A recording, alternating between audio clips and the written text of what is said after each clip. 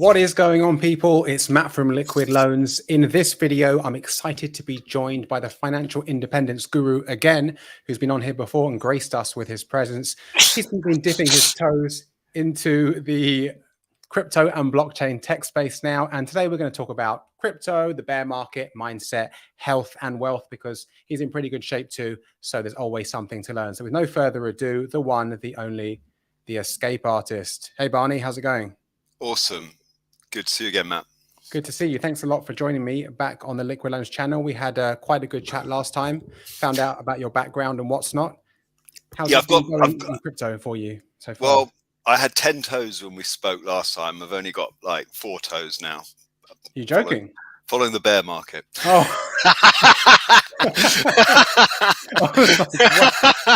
Something really bad. No, it's a joke. Okay, thank God. I thought you did some DIY went wrong or something. No, I didn't say it was a good joke. I just said it was a joke. Okay, cool. At least you've got a sense of humor. Have you started brewing any home beers yet? No, I'm off the sauce, man. I've told you, I've been off alcohol for 3 months. Oh, okay, cool. How are you feeling? So so even during the bear market, I haven't been able to drown my sorrows. I mean, yeah, I'm sure so, a lot of... so my stash is down. I've lost my toes. No beer, no drinks. Wow, it's going to be hard coming back from this bear market for you. Yeah. I don't think so. I think we're coming back sooner than you think. What's your take on it? Obviously, because we're in the depths of a bear market. Obviously, we had a few weeks where we were in green and everyone was getting excited, but it looks like on Monday that was back in the red. So what are you feeling about? How are you feeling about the bear market at the moment? When I saw the Three Arrows Capital meltdown, I mean, my initial reaction was obviously, shock, because I followed those guys on Twitter, and it's hilarious, isn't it? Like the sort of giga brains, the giga chads of the whole sector, and they've just been doing a bunch of dumb shit like everyone else. Yep. Over-leveraged, over aping, over enthusiastic, over bullish. So that was kind of weird and amazing to see them blow themselves up.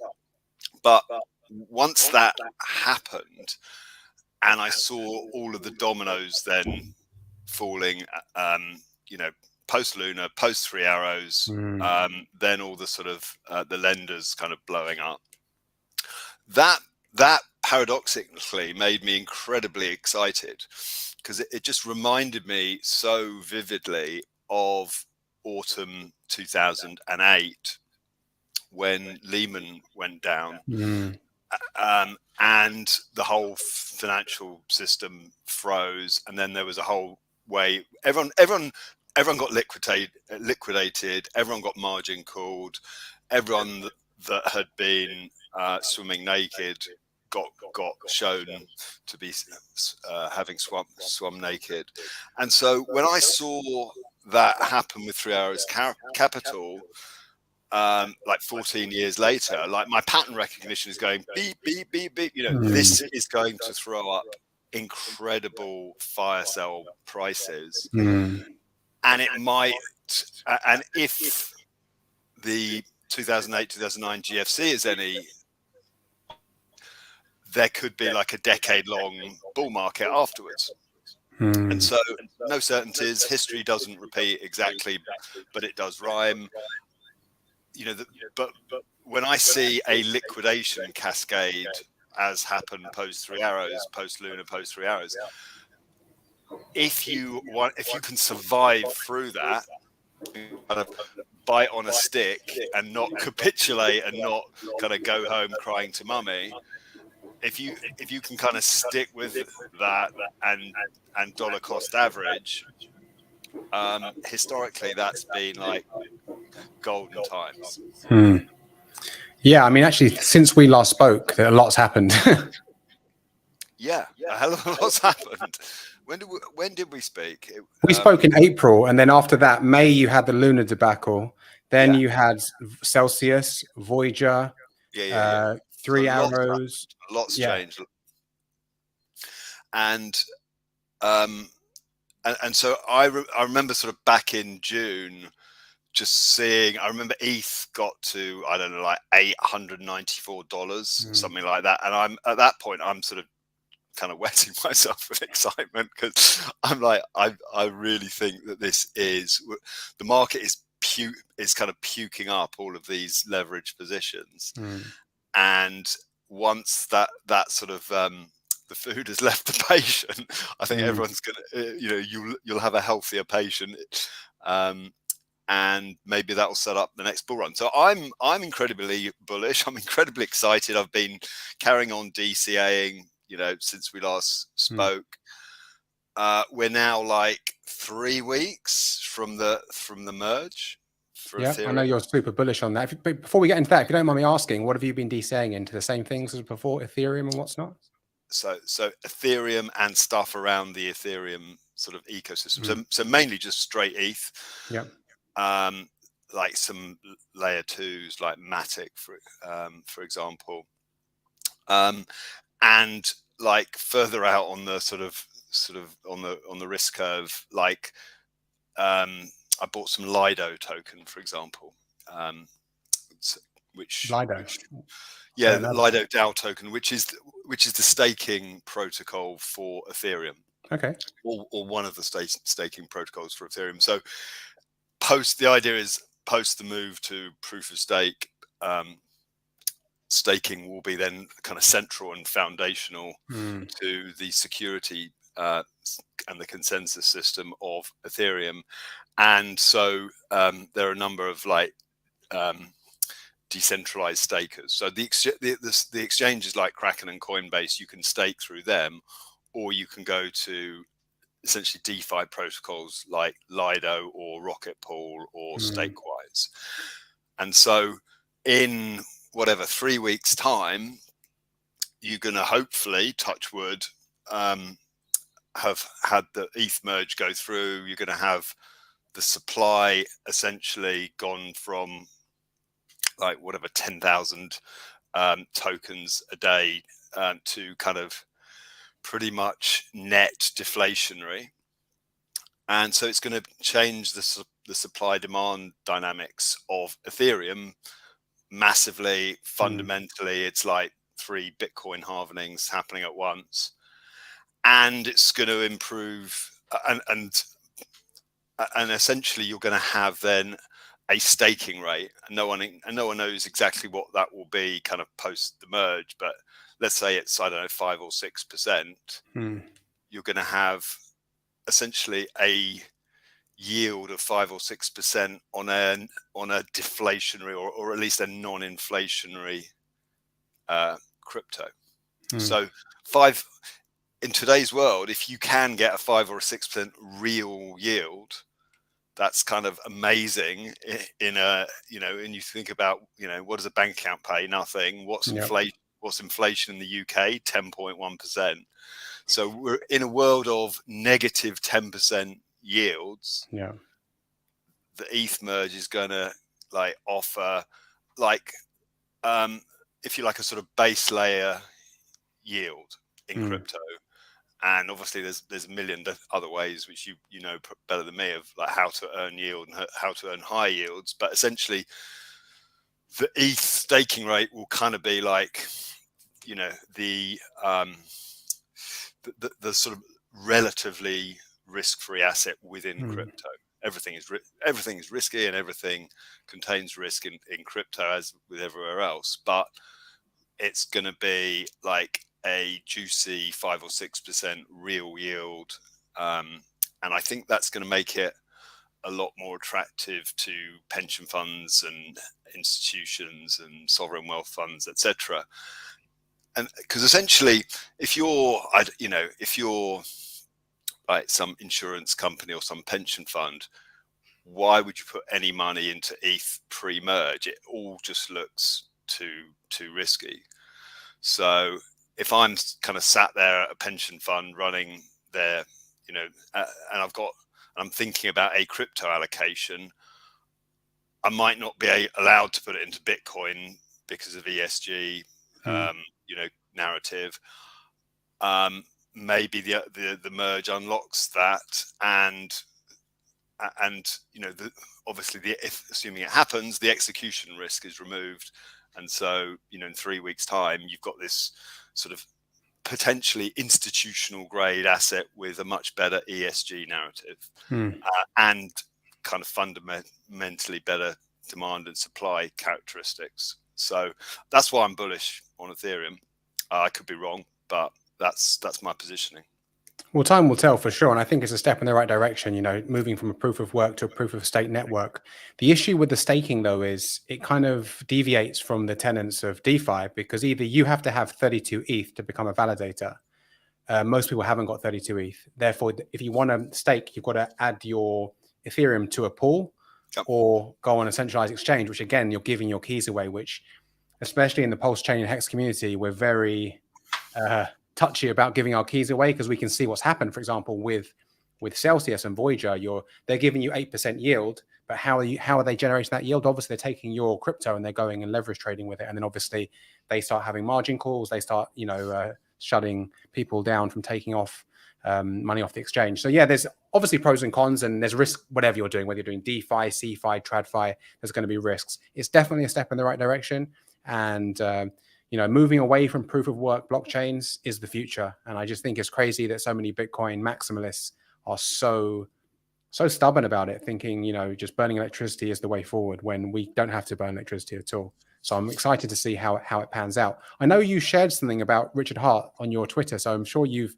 had a look at Hex, because that's a staking coin that you don't need to give your keys away. Have you had a look at that at all? I mean, his Twitter feed is hilarious. Yeah, I mean, it's interesting guy, huh? What's his story? So was he sort of brought up poor? Because he just seems to be like obsessed with like Gucci trainers and Gucci shorts and like LVMH t-shirts and obviously like Lambos and Ferraris. I get that bit. I get the Ferraris. But like, where do I start? Basically, he calls it outrage. He calls it outrage marketing, right? So his story, or so he says, is he's tried being the nice guy. He's just tried being the boring guy talking about crypto. Nobody cares. And people in this world get marketing, and their marketing grows, their brand grows when they're outrageous, like Conor McGregor or Jake Paul.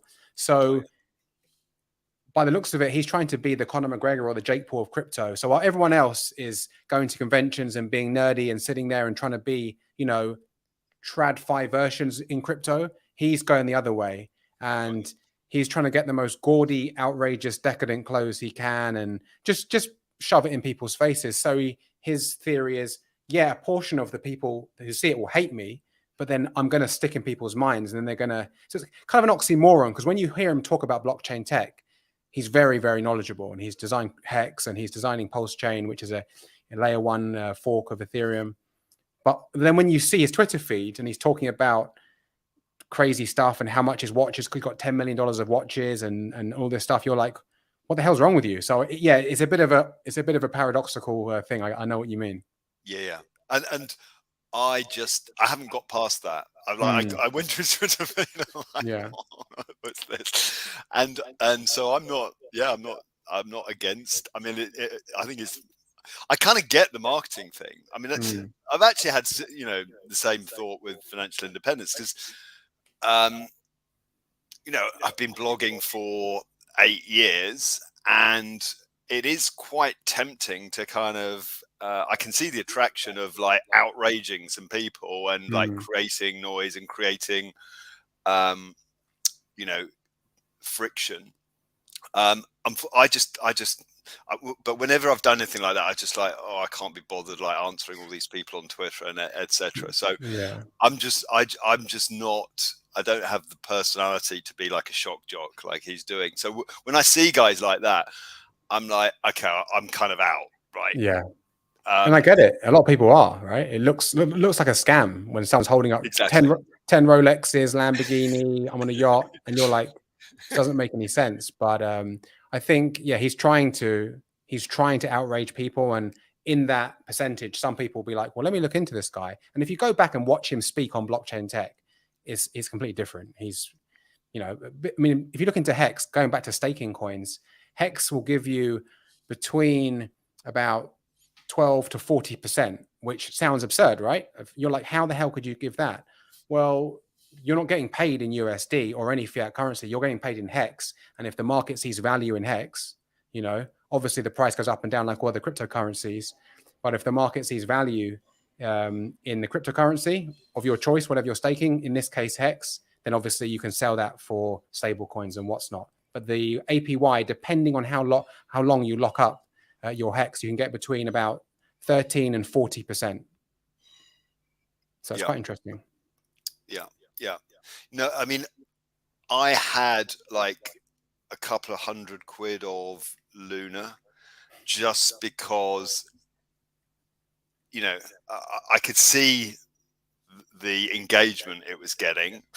You know, I could see like the lunatics, you know, in full cry on Twitter. Yeah. And so, but I just always, I always struggled with like, okay, so what's like, what happens in a death spiral with Terra, and that whole sort of algorithmic stablecoin thing.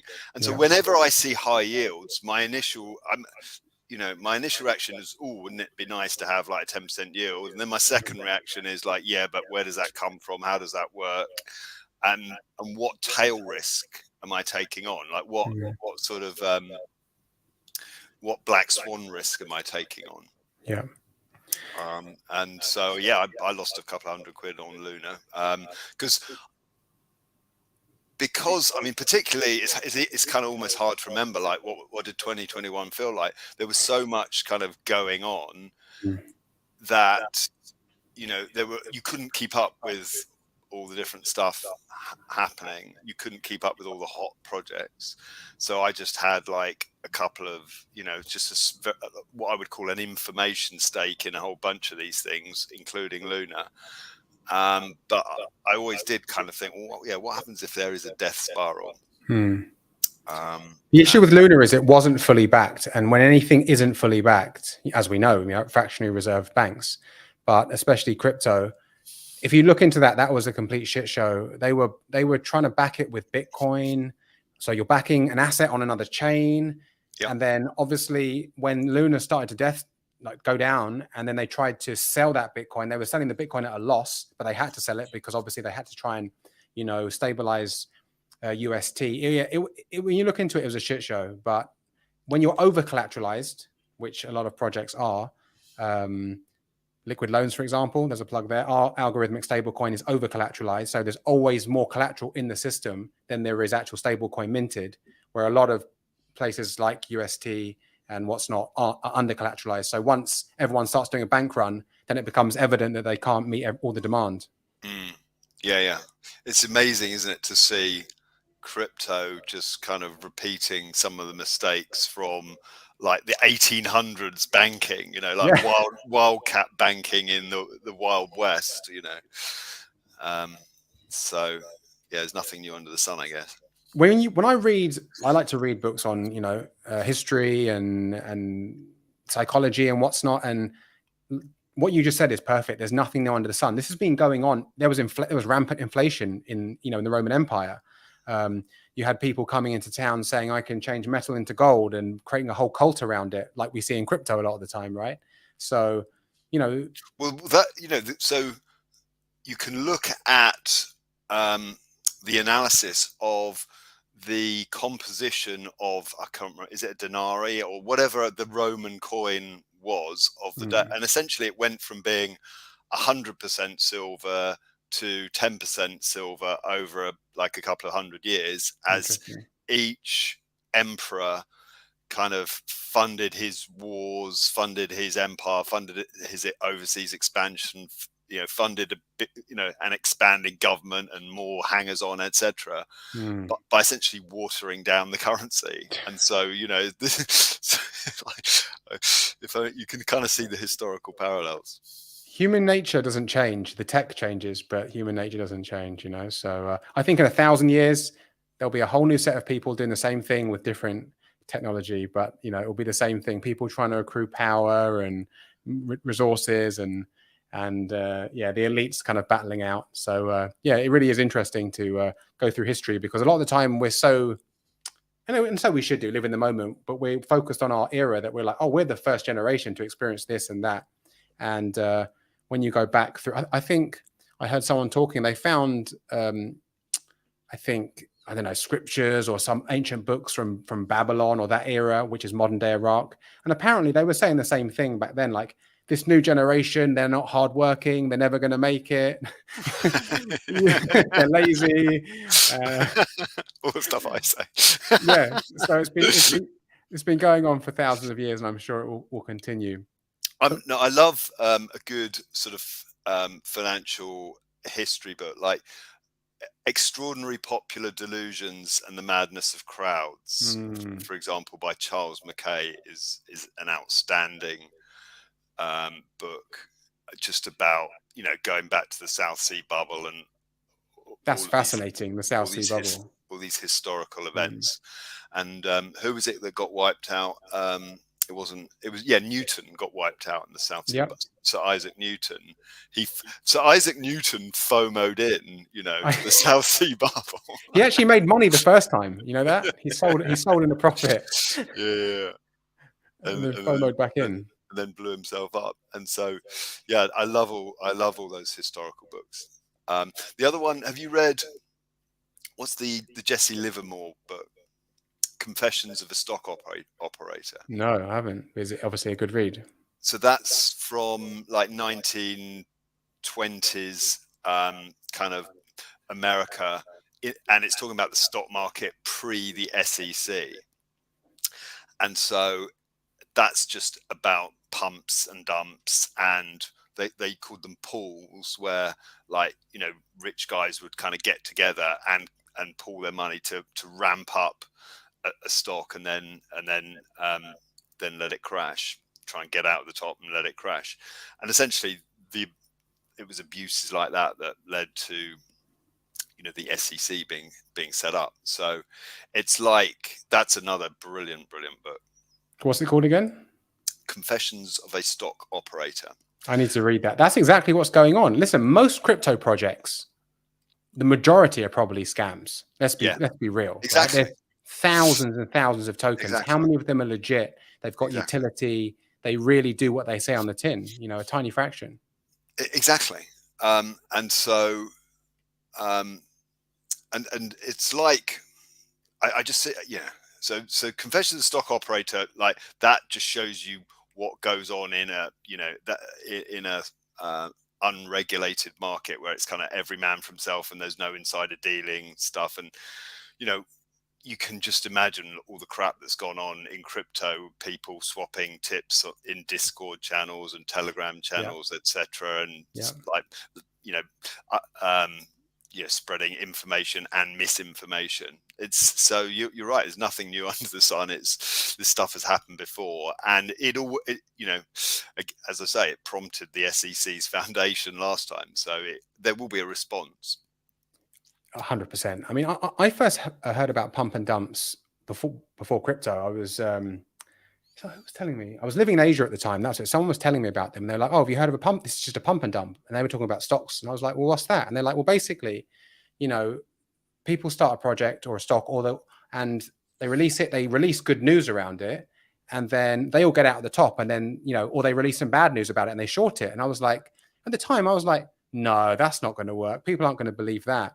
And then obviously I wasn't investing. I was only investing in precious metals and wasn't looking at the stocks, and especially crypto at the time. But of course, everyone's checking the news for whatever asset class they're in, and the news sways it so much. So yeah, this has been going on since the beginning of time, and yeah, here we are repeating it with a bit more tech involved, but the same cycles, eh? Yeah, the reason I think this is the optimistic stance is, though, like the DeFi protocols do offer the potential to kind of remove the human discretion that has traditionally been abused by the gatekeepers. So yeah, maybe something better will be built as a result. I mean, it's certainly interesting. Like, it was interesting to me watching how well the main DeFi protocols held up during the crash, and the exchanges actually. No exchange, no big exchange got into trouble. So it's, in that sense, it's pretty heartening to see like 80% drawdowns in ETH and Bitcoin, and yeah, like Voyager and whatever Celsius and Three Arrows blew up. But it was quite interesting that all the DeFi protocols, you know, like Aave, Maker, Compound, Uniswap, just performed perfectly, absolutely perfectly, you know, during a sort of 80% drawdown. So in that sense, I'm more bullish than ever in the potential for, you know, some of the projects and the genuinely kind of fair DeFi protocols. As you say, like if you looked at most of the, whatever it is, 10,000 projects, yeah, a whole bunch of them are just crap / vaporware / scams. But that's you know, 1,000 flowers are blooming. Yeah, most of them will die, but that, you know, some will grow into oak trees. Well, going back to what you said about DeFi, that's what we're all about on this channel, right? In obviously liquid loans and PulseChain, we're about no governance, no admin keys, no central party. You hold your own keys when you start. Maybe you create a vault with liquid loans, or you stake with Hex, or you stake with Pulse, PLS. We're all about that in this community. And unfortunately, rich, you know, obviously Richard's outrage marketing, yeah, it attracts some people, other people don't see, they just get turned off by it. But the actual message that he portrays a lot of the time is that real DeFi, which is just you interacting with code on the blockchain, is the future. You know, Safe Moon or whatever, all these copy and paste scam coins, they're not going to, you know, maybe you might sell at the top, but most people are going to get wrecked on them. Where you're going to make money on the long term is getting into good protocols early, holding your own keys and not giving it to someone like Celsius or whatever, where you could lose it. So yeah, I agree with you. The real DeFi, true DeFi, the handful of projects that are out there will stand the test of time, because as long as they don't have any admin keys and buggy code, it's just a human trustlessly interacting with the code. So it is exciting. It is exciting. But anyway, let's change topic a little bit, because I love a saying of yours that you said, I think maybe last time on our last video, is like, if you had to choose between health and wealth, you choose health. The good news is you don't have to. If you could elaborate on that for us. Well, so this kind of comes out of coaching. So I just see a lot of people. So in a sense, like, money is a funny thing, right? Because most people are quite happy to tell you about, well, I don't know, you know, their sort of their illnesses or their sex life or whatever. But like, people often don't tell you about what's going on in their money life. Whereas doing what I do as like a sort of financial coach, people open up and they tell me what they own, and they tell me how much they earn, and they talk to me about their kind of deepest, darkest like fears, and also their kind of hopes and dreams and aspirations, and like, you know, can they escape the prison camp, as I put it? Can they get to financial freedom? And I just realized that I was the sort of person, a lot of I mean, every client's different, but quite a few of the clients I was seeing, they were just doing like all the right things financially. So they were like earning good money in very stable professions, like dentists or doctors or lawyers or software engineers, etc. They were living very, very no Lambos, no Gucci, no bling, very, very very, very unflashy lifestyles, and kind of just stashing the money away into their sort of compounding machine, into equities primarily. And I would see some of these people, and objectively, they're just doing fantastically well, you know, for their age cohort, right? So they're typically in the top, whatever, like 5% of their age group in terms of how well they're doing. And yet I would see people that were just kind of really, really kind of worrying themselves sick about ending up poor, or, you know, ending up homeless, or ending up living under a bridge. And and that's something I can understand, because that's my background. Not not living under Not living under a bridge. but I did, like, I think I've told you this story before. You know, that it got imprinted on me in my childhood that, like, debt was dangerous, and that you need to have, like, a safety margin. So I'm seeing, seeing people that are good savers, and objectively they're doing everything right, but they're like, I don't feel secure. And so it just really got me thinking about, well, what would actually make you feel secure? Because clearly some of these people, if I just handed them £1 million, it wouldn't actually make them feel any more financially secure. They would still be worried about, like, the next, they'd still be worried about, well, is that enough? What if the government taxes that? What if there's a zombie apocalypse? What if? And I basically, and I'd lived through that process myself as well, because I'd kind of gone from, like, junior trainee accountant, net worth of 0, to, like, financially independent in whatever 20 years. And you can't kind of quite believe it at the end, and you're like, well, I don't feel secure. I don't feel like I've got enough. And what I realized, partly through talking to coaching clients, partly from my own experience, is you have to change your own biochemistry. It's not enough just to add more pounds or dollars, because you can't solve an emotional problem or a physiological problem with zeros in your bank account. And so I was just noticing that, what had made me feel more secure, and just more bullish and less prone to anxiety, and just not worried about money, where I can just turn off what's happening in the stock market and just ignore it for 6 months. What actually moved the needle for me was lifestyle changes, where I'm just getting fitter and healthier, and changing my hormonal profile. And I've done a number of hormone blood panel tests, so I've been able to track my numbers and see the effects that lifestyle interventions have on your numbers, on your blood markers. What were you tracking, like C-reactive proteins or something like that, or just testosterone, prolactin, estrogen, HbA1c, which is good for sort of is a metabolic health test marker, but a bunch of stuff. And what I realized is that, we experience life through the filter of these hormones and our physiology, and essentially the neurotransmitters, the dopamine and serotonin levels in your brain.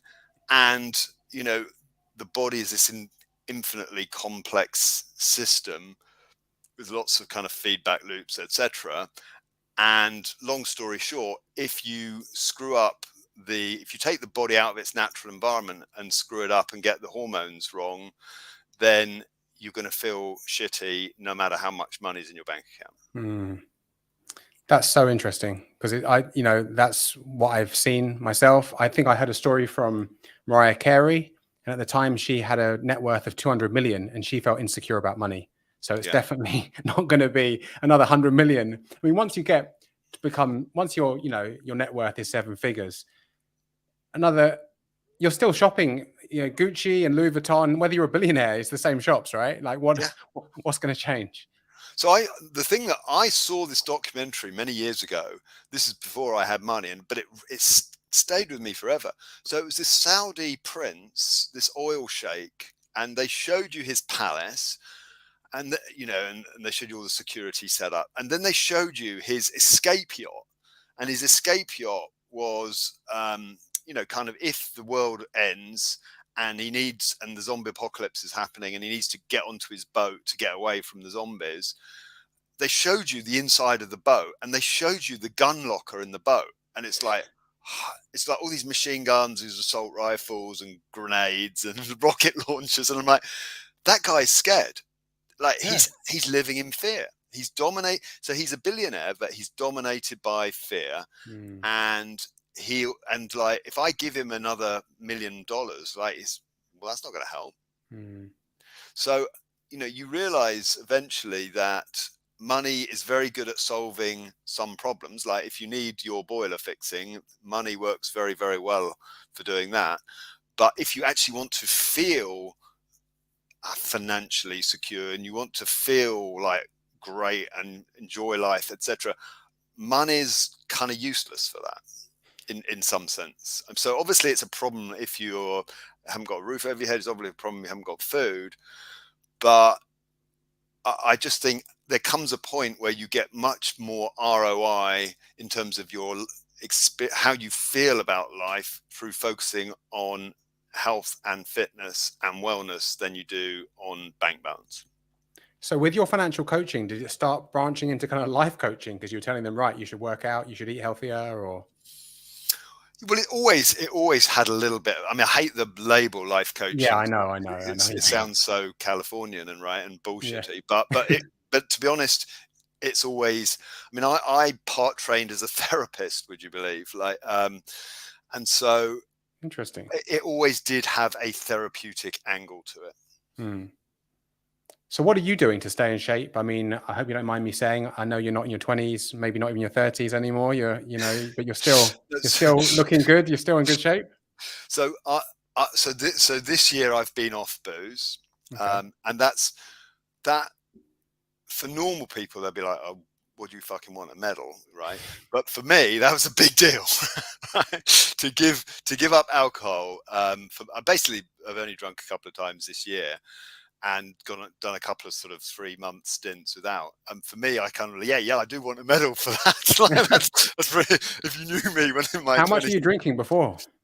Well, I've just always used alcohol to blow off steam. Always. So, started drinking when I'm like 17, and then all through my years in the city, that was how you blew off steam. It's like if you completed a deal, you went. Everyone, the team would go and get drunk. Happy days.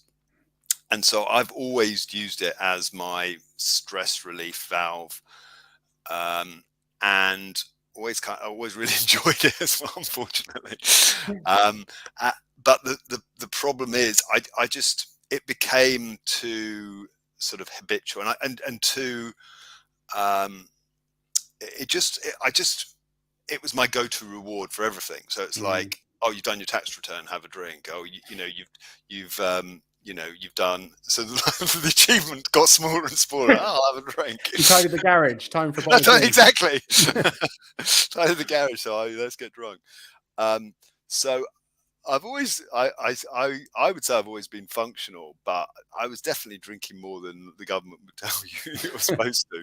And it's funny, actually. So on my street, this is hilarious. So I live in like this kind of suburban street, and a few years ago they brought in recycling. These kind of plastic recycling tubs where you're supposed to put your bottles in the tub and then leave it out on the pavement. And so on one morning a week, there was this walk of shame where you walk down the street and you see everyone's like bottle count. And I'm like, I'm basically an alcoholic, and everyone's drinking more than me. So there's something. My street. Well, so you turn left and right, and there'd just be stacks of bottles everywhere. Yeah.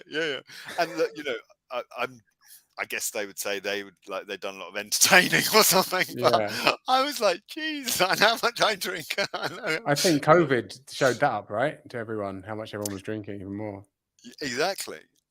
And COVID, COVID has been a disaster, just a gigantic leap backwards in terms of overall health of the nation. I mean, forget the actual thing itself, like in terms of the overall effects on lifestyle.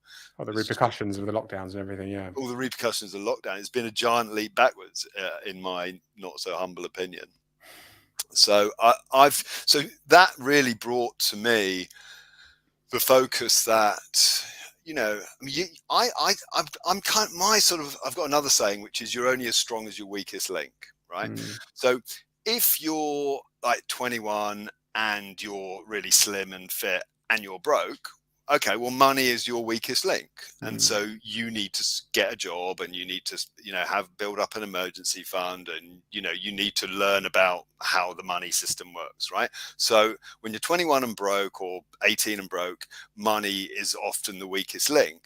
But again, in my coaching, then I'm seeing people like the other end who are like, I don't know, they might be 50 or whatever, and they've made it, but if you're 50 and you've made it, and yet you're like really, really overweight, that's the biggest problem in your life. That's your weakest link. And so that 50-year-old may feel comfortable kind of thinking about money and talking about money and like focusing on money, but it's not their weakest link, and therefore it's not where they're going to get most ROI in terms of kind of happiness uplift and wellness uplift from focusing. So like, you've got to ask yourself, be honest with yourself, like, what's my weakest link? What do I need to fix about myself?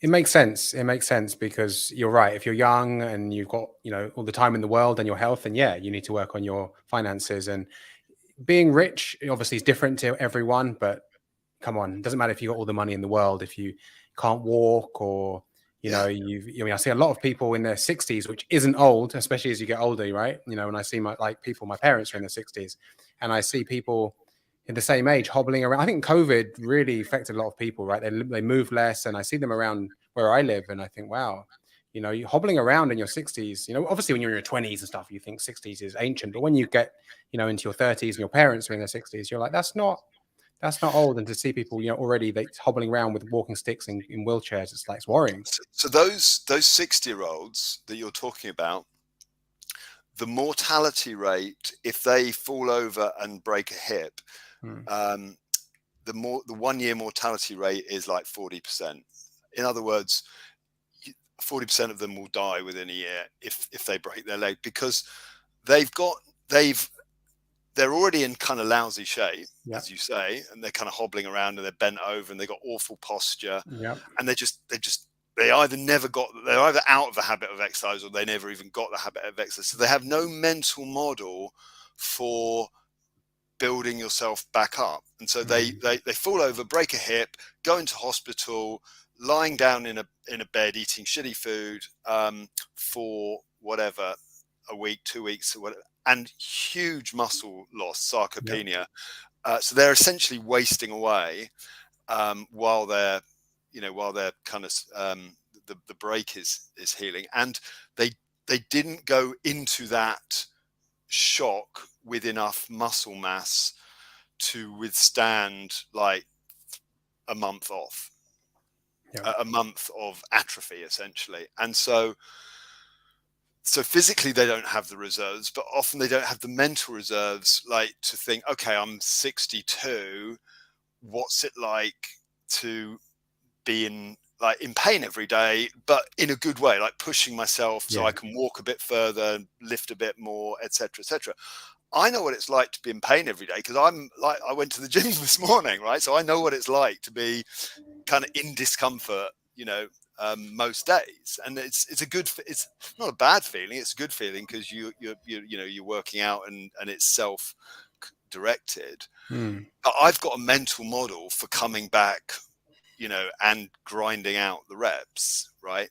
Those people don't have a mental model for it, and they don't have the health shock absorber to get through it. So I think it's a terrible way to live, and it's so unnecessary.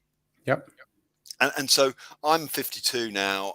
What I see is extreme divergence, because when you're at school, everyone's kind of in the same boat. I wasn't athletic at school, right? So I'm like one of the kids that, am I going to get, like, when they're picking the football teams, it's like I'm not going to be the first one picked. So I was never like particularly athletic, but so I kind of started in the pack. But now I'm like, what happened to everyone? what happened to everyone?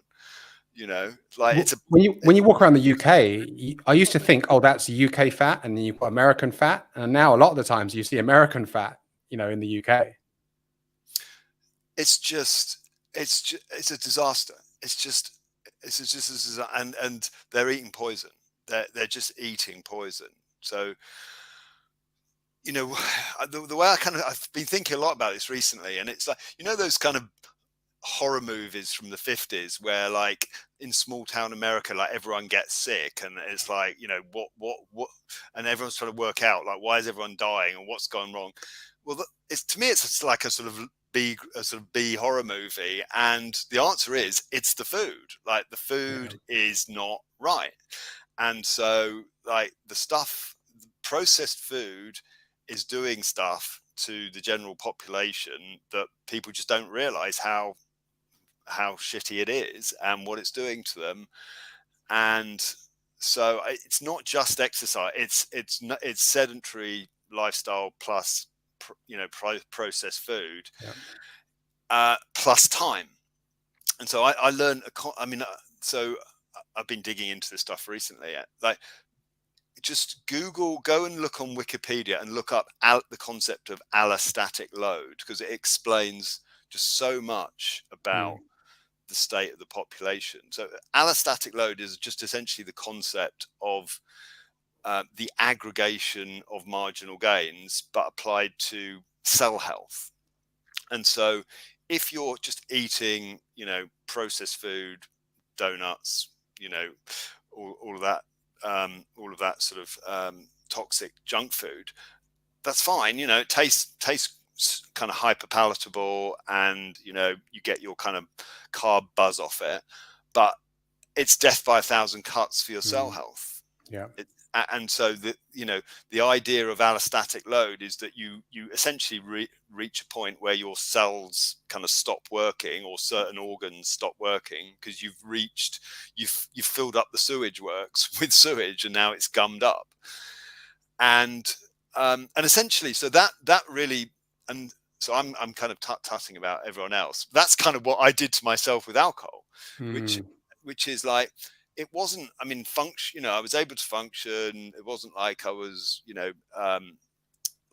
drunk in the morning or anything like that. But it's the slow drip, drip, drip effect over years that eventually, had caught up with me. And so, I could just see it. I could see it in my blood panel tests. So, for example, at one point, I had, like, my kind of estrogen was higher than it should be, and my prolactin was a lot higher than it should be. And, it doesn't take actually that much research. You can see, like, that those are boosted by alcohol and by chronic alcohol usage over lots, many years. And so that kind of gave me the motivation I need to sort of cut out alcohol for a bit. And I guess it's good that you're analytical and you saw it in the stats in front of you, and obviously that.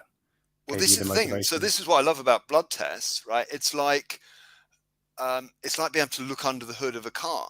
It's like being able to look under your own hood, as it were. So how do we assess our health? Well, all we've got is how we feel, which is a meaningful piece of feedback.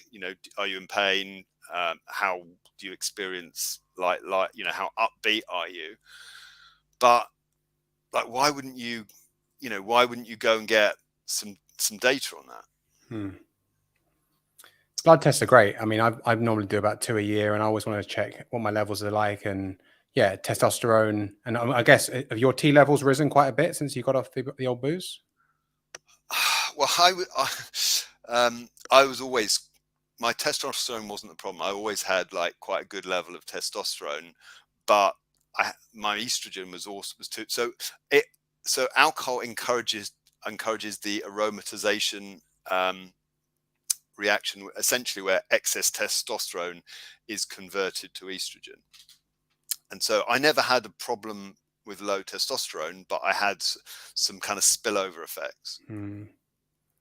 Yeah, well, listen, congrats for getting off it for 3 months. I remember the comedian Bill Burr saying, it takes a lot to take life on the chin every day without any stimulants or any self-medicating. And I went to see I kind of Bill, agree. I went to see Bill Burr at the Royal Albert Hall last. He's great. I love him. God, he's funny. He is funny. Some of his skits about women and men and yeah, man, he cracks me up. But Yeah, I mean, that's good. So are you is that it now, or can you drink? You can have a glass of wine or a beer here and there, or are you So completely off it? I went to a festival on Friday and I had some beers. Cool. So I'm not one of these like really annoying kind of like trying to preach at everyone else. Yeah. You know, I'm not trying to go on a crusade and like tell everyone else what they can and can't do. I just, you know, I've just it's just I've kind of passed my allostatic load, so I need to basically back off it for another year, really. Sure. So I'm not teetotal or anything like that. But it's just been really interesting, and it's got me. And I've kind of gone from that, and because I was like researching, I kind of went down the rabbit hole. So I found the Huberman Lab podcast. Yeah. Andrew Have you Huberman. Yeah. have you seen any of those? Yeah. I watch him. I've been watching his stuff for a while. I saw him first on Joe Rogan about 2 years ago, and I like his take on stuff. He has a good analysis on a lot of stuff. I mean, he's a mine of information. Oh yeah, yeah, he's great. He goes deep on topics.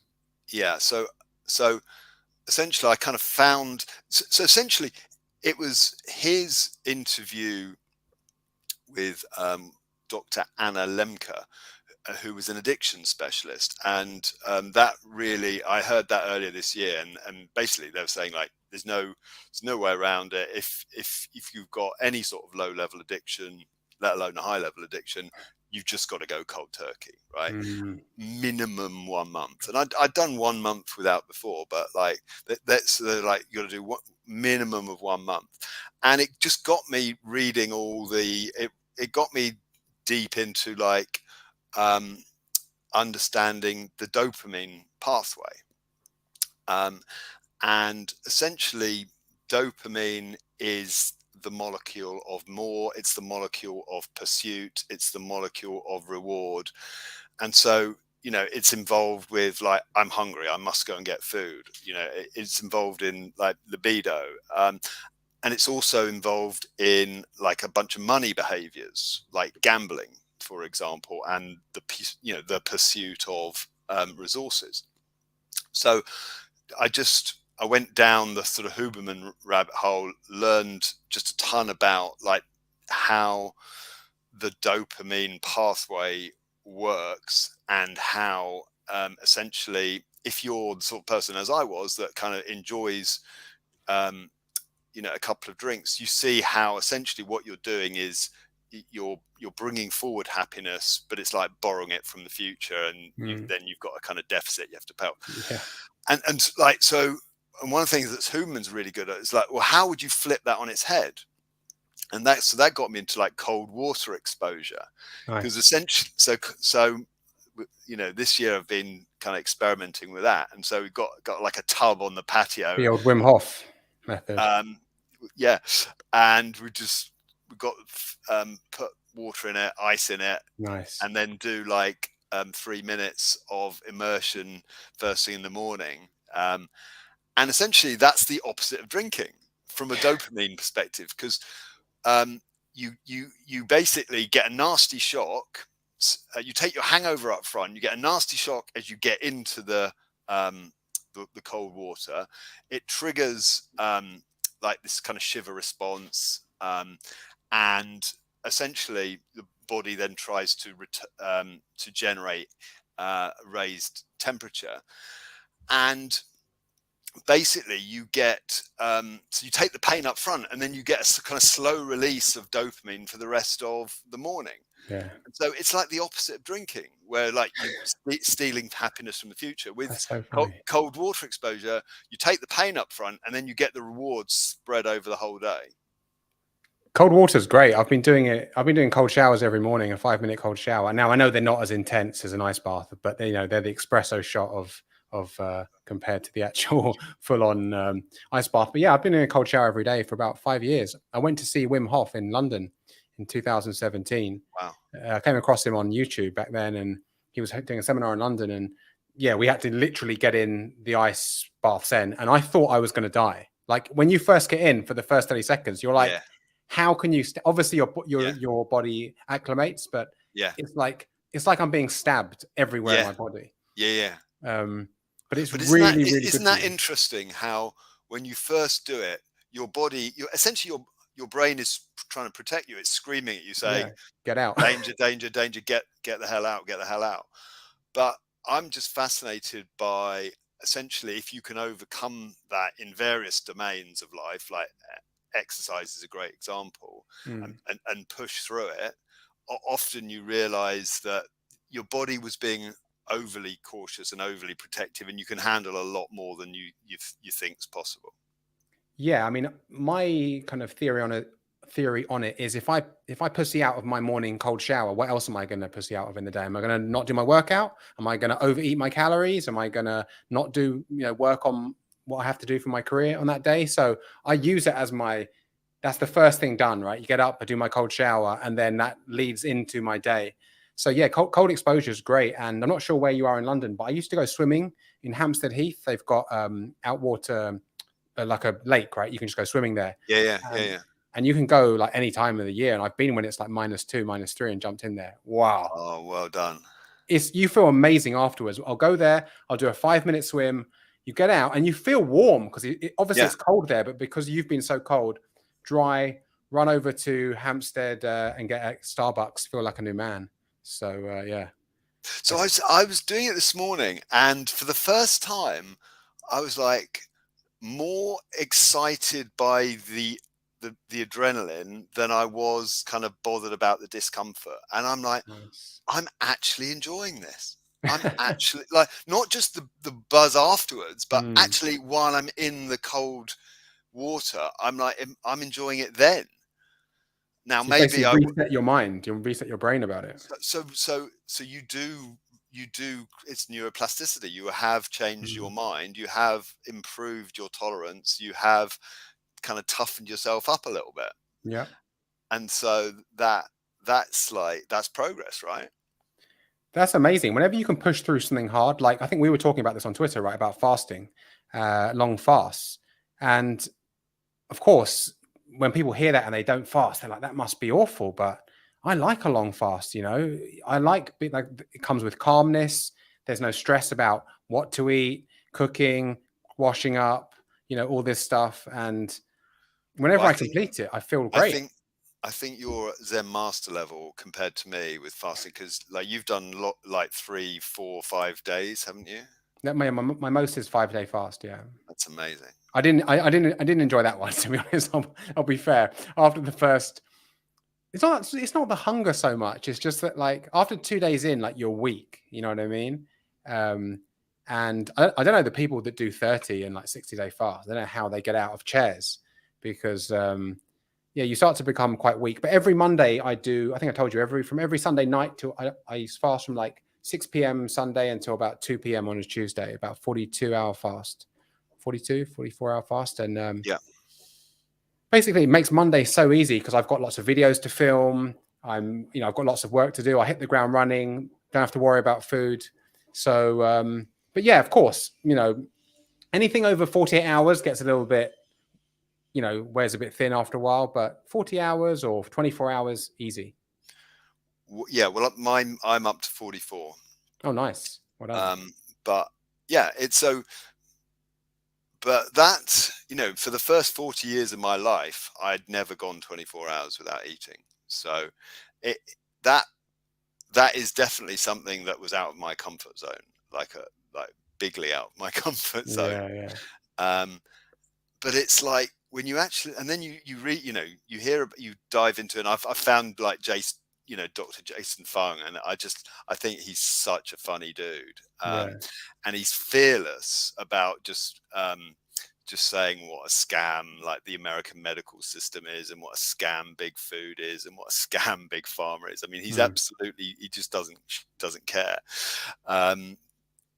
But I think that comes from a good place. Because he's seeing like people with type 2 diabetes every day in his clinical practice, and he's sending them away to have their feet cut off because the circulation's got so bad. So when you're seeing that day in, day out as a doctor, and he's realizing that fasting's the only thing that that is the best thing for a high proportion of those sort of obese type 2 diabetes kind of older client, well, you know, it's just kind of lit a fire under him, and so I've just been, you know, consuming his content the last week or so, and he's brilliant. I've just bought and read The Obesity Code.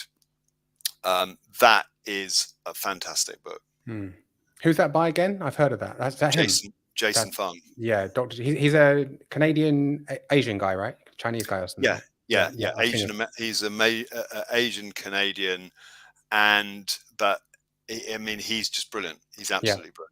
Yeah, and he's a kidney specialist. So he's a nephrologist, kidney specialist, and because the biggest cause of kidney disease is type 2 diabetes, so he's basically just seeing a bunch of you know, older, heavier type 2 diabetic patients, and they're just like, they're just being given the worst advice ever, which is take more insulin and like eat more carbs. And he just realized this was insane, and that if he could get them to like do a few days fasting, like their blood work improved massively, and and pretty quickly they could come off insulin, and then like they're into a virtuous circle. So I think he's a superstar. Yeah, I mean, for type 2 diabetes is a choice. And when we look at what people are eating, when we look, like you said about hospitals, have you seen the food that hospitals serve? I mean, it's diabolical. You'll get people in stroke wards, or they've had, you know, a heart bypass, and they're getting served food that has put them in there, you know, by the hospitals. So it is, I don't want to go too far down the rabbit hole of conspiracy theories, but yeah, it's definitely big pharma. Well, it does make you wonder, doesn't it? It does make, I mean, you just like, Jesus. Yeah, no, it really does. It really does. But listen, man, this has been great. You have to come back on again and talk about all this stuff, because we've always got lots of topics. But listen, tell the people where they can find out more about you, and plug your social media and your blog for sure. My blog is www.theescapeartist.me. That's the best place to find me. And Twitter? You're on Twitter? Yeah, it's The Escape Artist, but like the I is a 1 in artist, because someone else had like pinched it first. Well, good stuff, man. Well, listen, I've really enjoyed you coming on for the second time, and again, you have to come on again, especially once the ETH merge comes out, and we'll see how that's gone and how that's fared. Oh yeah, I mean, I'm, as I say, I could be wrong, but I'm super bullish. That I actually think what's really interesting about that is it's an interesting case study in market inefficiency. So I used to work in like traditional equity markets, and they were very, very, very efficient. So in other words, I would be working for a company on a deal like a refinancing or a takeover or something, and generally, you know, it was amazing how often the market price had anticipated what was coming. And so, you know, the traditional markets like equities and bonds are very, very, very efficient, because there's so many smart people looking for alpha and looking for inefficiencies. And what I think is really interesting about the ETH merge is I think it's a really seriously inefficient market. And so I don't think ETH will pump until, you know, maybe not for a long time, but it certainly won't pump before the merge. And I think it will take quite a long time for the sort of understanding of how it changes the supply dynamics for that to filter through, and I hope eventually get reflected in the price. Yeah, I think it's a good long-term play for anyone. Obviously, we're super bullish on PulseChain over here, which is a fork of Ethereum. But listen, there's the more better layer ones, the better for everyone. And Ethereum is the market leader for smart contract layer ones. So, you know, I'm really hoping that it does everything that we've talked about. And you know, I think it's important for the health of the rest of the space that it goes well. Because if Ethereum did a LUNA, I think, yeah, that would be like a challenging environment for everyone else.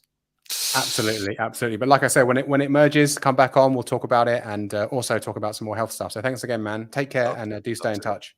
All right, nice one, mate. Cheers, Barney. See ya. Bye. If you like content like this, guys, do hit that like button and that share button. And also definitely go and follow Barney, the Escape Artist, at his blog and on his Twitter. I'll link those in the description box below. Thanks for watching, guys, wherever you are around the world. And I'll see you on the next one. Peace.